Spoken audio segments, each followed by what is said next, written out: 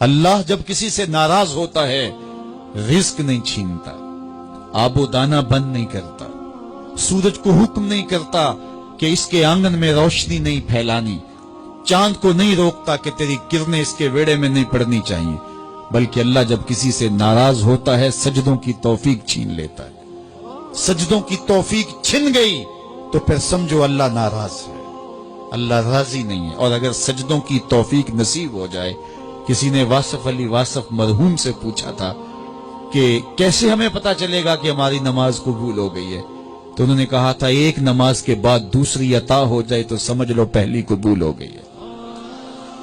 تو نمازوں کا نصیب ہونا یہ اللہ کی رضا اور اللہ کی خوشنودی کی دلیل ہے، اور سجدوں کی توفیق کا چھن جانا یہ اللہ کی ناراضگی کی دلیل ہے۔ میں اور آپ دیکھیں کہ ہم کہاں کھڑے۔ دیکھیے دولت تو کفار کو بھی ملتی ہے، اللہ دولت اسے بھی دیتا ہے جس سے راضی ہے، اسے بھی دیتا ہے جس سے نہیں راضی، لیکن سجدوں کی توفیق اسے ہی دیتا ہے جس پہ وہ راضی ہے۔ تو 5 گانا نماز شعار زندگی بنا لیجئے، نماز قضا نہ ہونے پائے۔ قیامت کے دن بے نمازی اس صف میں کھڑا ہوگا جس صف میں نمرود کھڑا ہوگا، جس صف میں حامان کھڑا ہوگا، قارون کھڑا ہوگا، شداد کھڑا ہوگا۔ مجھے بتائیے ہم میں سے کوئی یہ گوارا کرتا ہے ہم اس صف میں کھڑے کر دیے جائیں جہاں دشمنان خدا کھڑے ہوں؟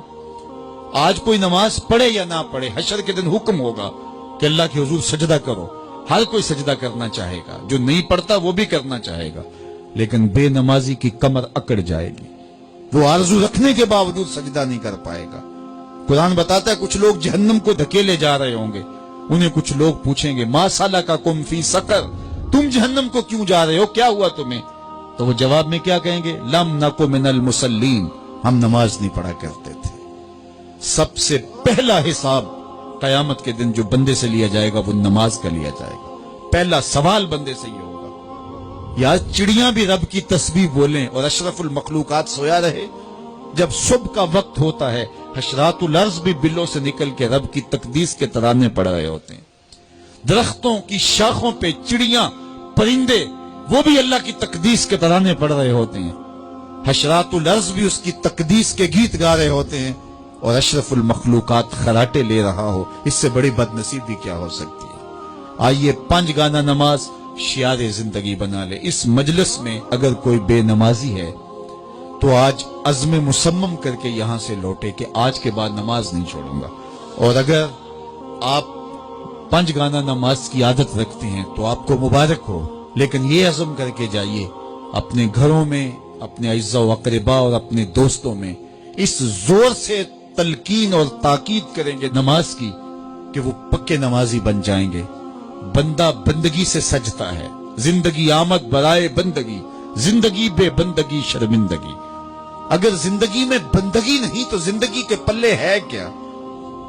علماء نے لکھا ہے کہ یہ سارے درخت حالت قیام میں ہیں، چوپائے حالت رکوع میں ہیں، مینڈک تشہد میں ہیں، اور حشرات الارض سجدے میں ہیں، اور انسان اشرف المخلوقات ہے۔ اس کی عبادت میں درختوں کا قیام بھی رکھا گیا، اور رکوع بھی رکھے گئے، اور سجدے بھی رکھے گئے، اور قعدے بھی رکھے گئے، اس لیے تاکہ اس کی عبادت تمام مخلوقات کی عبادات کی جامع بن جائے۔ لیکن اس کے باوجود اللہ کے حضور سجدہ ریز ہونا پسند نہ کرے تو بتائیے کیسے رحمتیں اس کے اوپر اتریں گی؟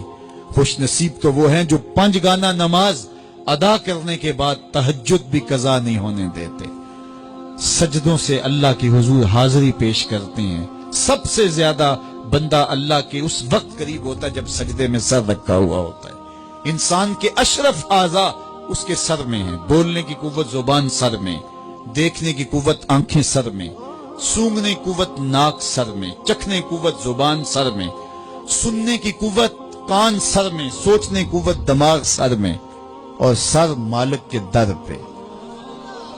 ناک بھی رگڑ رہا ہے، پیشانی بھی رگڑ رہا ہے، اور زبان سے کیا کہہ رہا ہے؟ سبحان ربی الاعلی، مالک مجھ سے نیچے کوئی نہیں، تیرے سے